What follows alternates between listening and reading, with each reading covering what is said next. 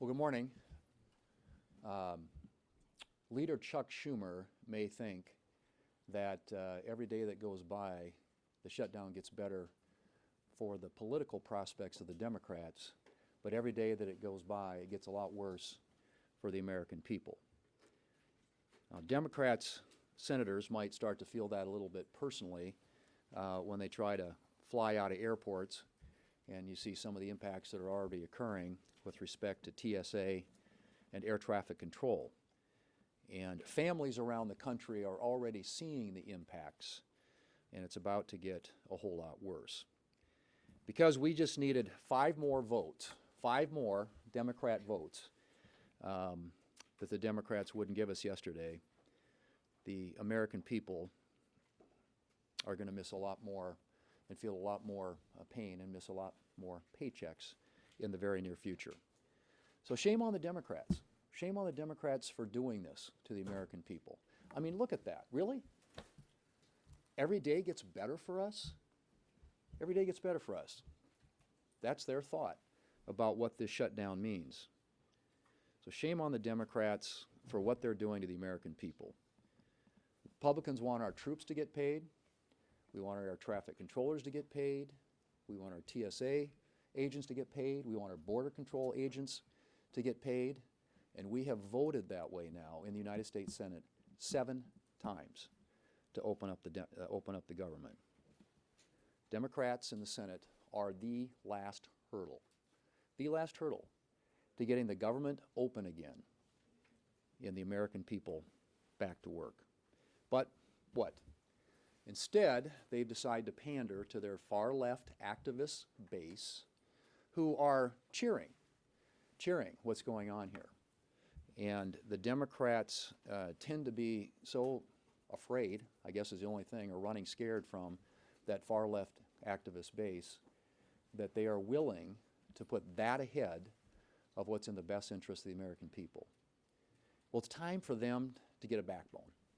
It's really time for the Senate Democrats to show a little courage and put the American people ahead of their far-left activist base. They have a simple choice in front of them. Open up the government. Quit playing politics.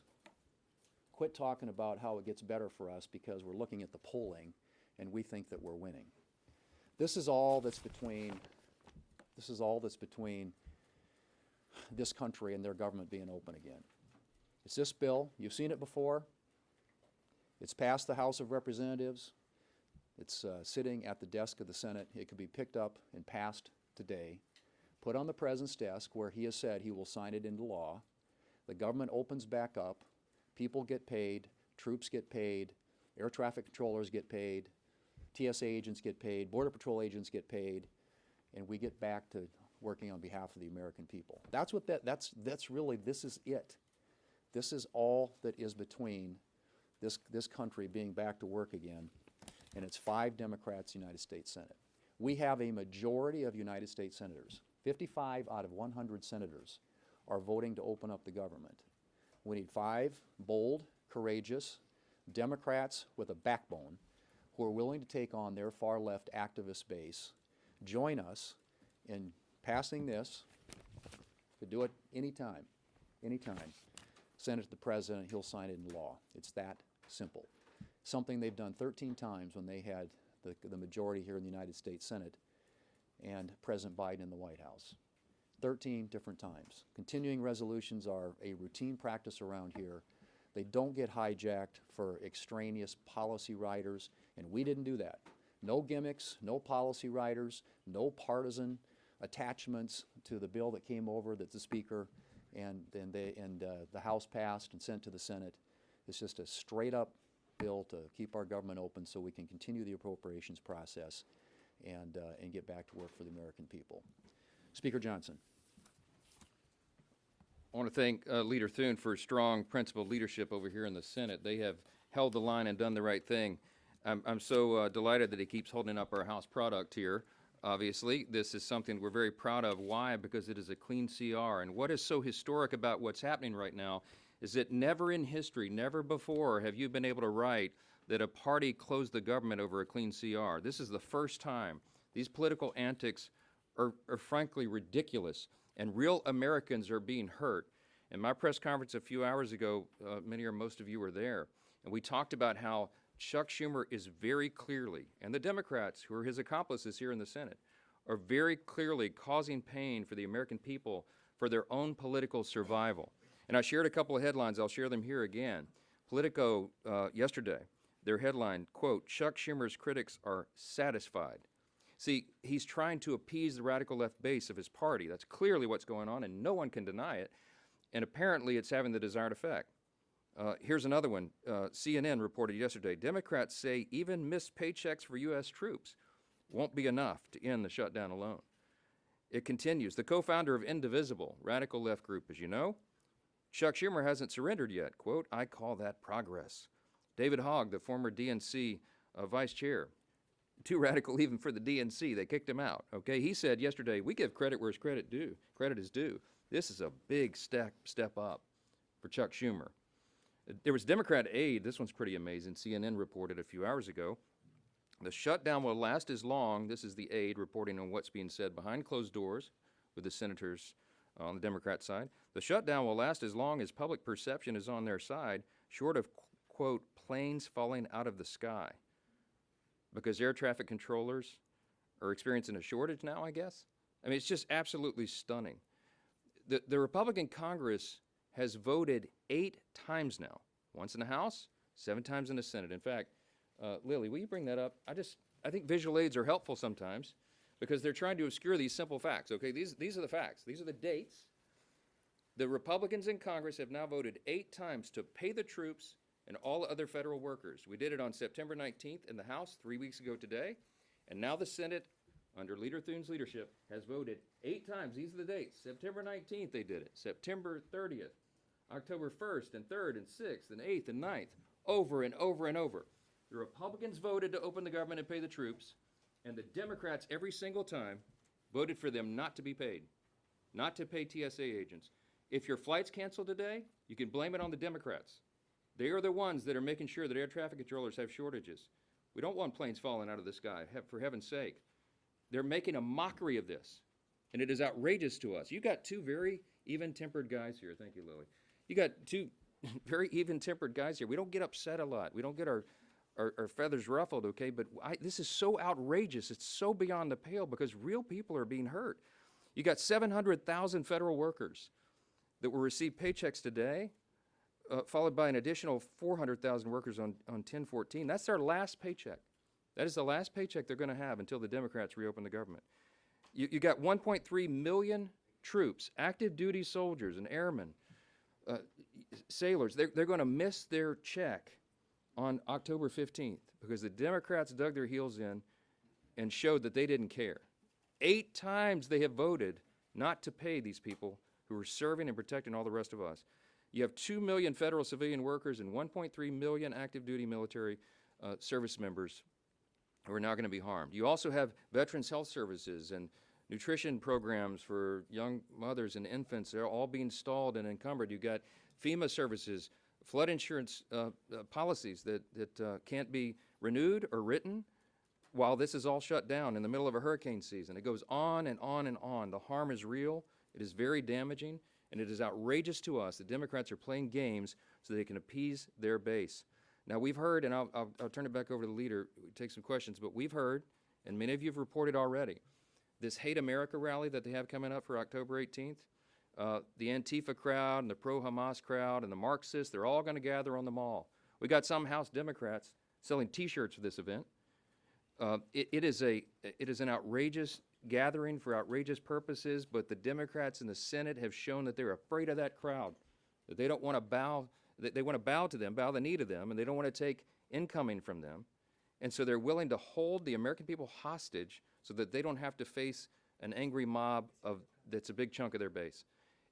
Now, if that's a rumor, they need to come out and clarify that it's not, but that is what we are hearing is their actual motivation, and it is outrageous.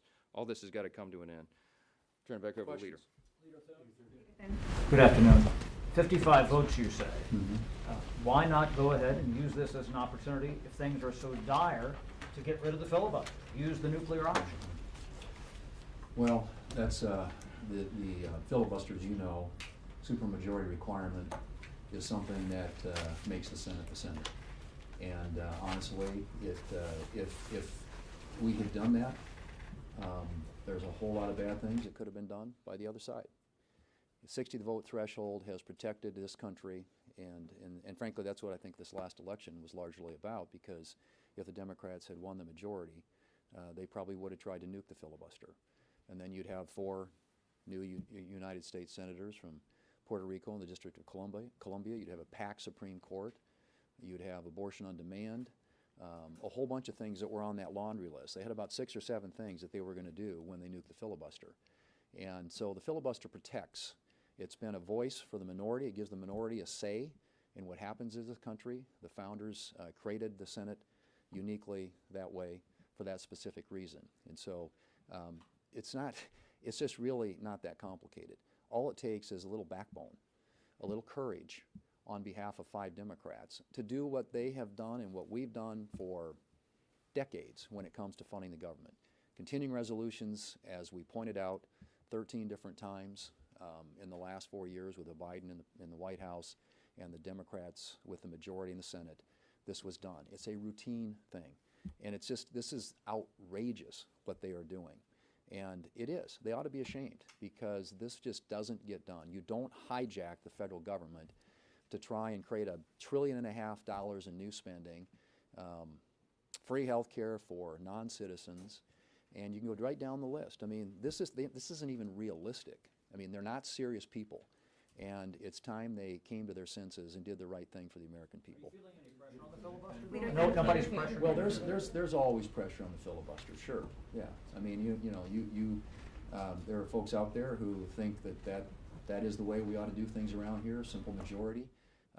But I can tell you that the filibuster through the years has been something that's been a bulwark against a lot of really bad things happening to the country. Yeah. Speaker Johnson, he's suggested that a military pay bill cannot pass the Senate. Is that your understanding? Do you think a military pay bill would be blocked by Democrats? Or Well, there's do you think you're going to try it? Military pay bill right here. I mean, I just don't know what I honestly, this pays the military. And all they have to do is pick it up at the desk, give us 5 votes, and the military gets paid. Leader Thune, do you know whether Trump is going to try to move money around to pay the troops, and do you think that is something he should be doing? I suspect that they're probably going to be, pretty soon, they're going to have to do some things. I think, to their credit, the White House has now for 10 days laid off doing anything in hopes that enough Senate Democrats would come to their senses and do the right thing and fund the government. But now, now that we're getting these where people are going to start missing paychecks, this gets real. This gets real for families, a lot of military families who live paycheck to paycheck, a lot of American families who live paycheck to paycheck who are federal employees. And so I just think that the White House, my expectation is, yes, they're going to have to start making some decisions about how to move money around, which agencies and departments are going to be impacted, which programs are going to be impacted, which employees are going to be impacted. That's what a shutdown does. You put the administration and this presidency in a position where they're going to have to make some hard decisions. Yesterday you discussed, or reported that you discussed giving a date certain for a vote, or giving some sort of assurance that there would be a vote on a Obamacare tax credit bill. Could you talk through that, what you're thinking, and what happened there? Well, I mean, I think that the Democrats, there are some Democrats who I think are reasonable enough to know this is not a sustainable position for them, who are looking for a way to get something in this conversation that would enable them to have the issue that they say they care about here addressed. And I've said all along, I'm open to that. I think speakers expressed that we get the government opened up again, and we're willing to have that conversation. And frankly, so those are some things that I think are perhaps real possibilities, but it doesn't happen absent voting to open up the government. And so the Democrats who are interested in that sort of some sort of pathway on that, need to, again, come to their senses and vote to open the government. Mr. Leader, are you going to have any conversations over the next couple of days with Leader Schumer about that? And, you know, to Jake's point, I guess, do you feel like maybe you're getting closer to an off-ramp here? Well, I think Leader Schumer is checked out. I don't think this is going to happen.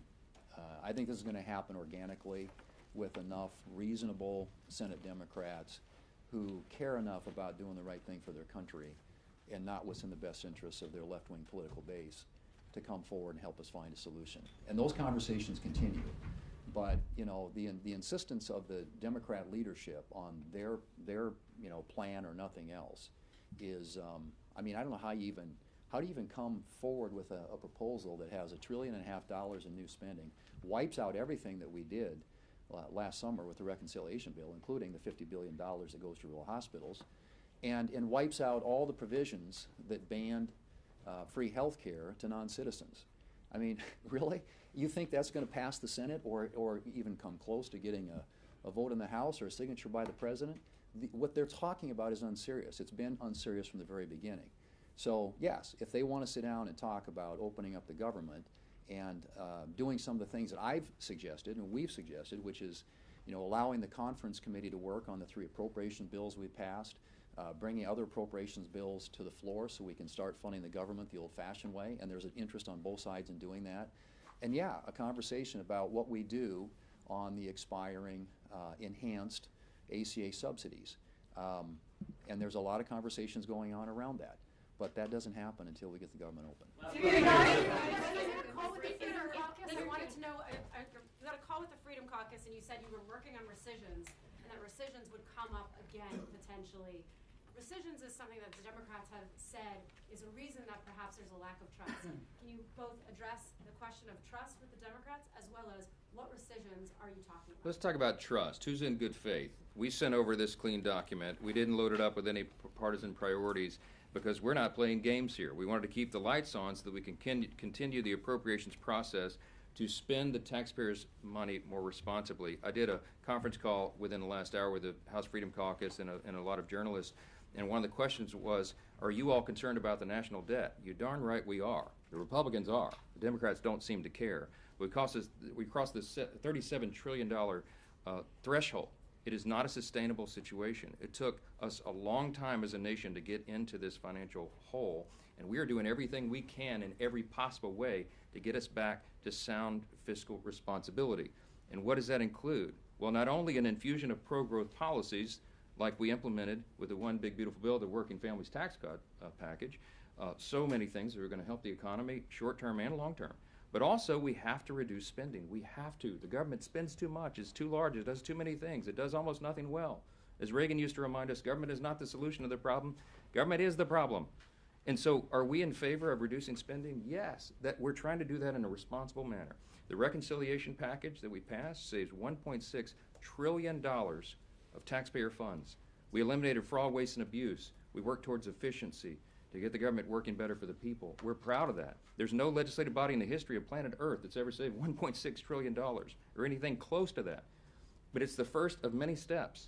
So we have to appropriate at lower, more responsible levels, not in a way that disenfranchises or hurts any American that relies upon vital services, but in a way that makes government work better for people. We're excited about that. A rescissions package is part of our process. I know the Democrats hate to cut spending in any way, in any form. But we are for that because we have to make government work better for people. If you look at the polling, the people's faith in the federal government is at an all-time low. Why? Because they don't see that it's being done well. And we are doggedly determined to get back to those principles. And so the Democrats are going to decry any limitation of spending. Watch them. Have you ever seen a Democrat ever want to reduce a federal program? Reduce the size or scope of government? No. They always want to spend more. We cannot afford to do that. We have to do it better. The Republican Party are the ones that are going to return us to fiscal sanity, and all of this is part of that. This simple CR is part of that. We didn't load it up with partisan priorities. We tried to make it simple because we had appropriators in the Republican and Democrat parties who joined together and said, in the House, and said, you know what? Give us 7 more weeks. Give us until November 21st. Let's keep the lights on. Very simple, clean measure, as simple as possible. Keep everything at status quo. so we can work together and come to consensus to spend the taxpayers' money more responsibly. Yes, we're committed to that. Thank you. Is it appropriate for senators to be using the government shutdown and going and having campaign fundraisers?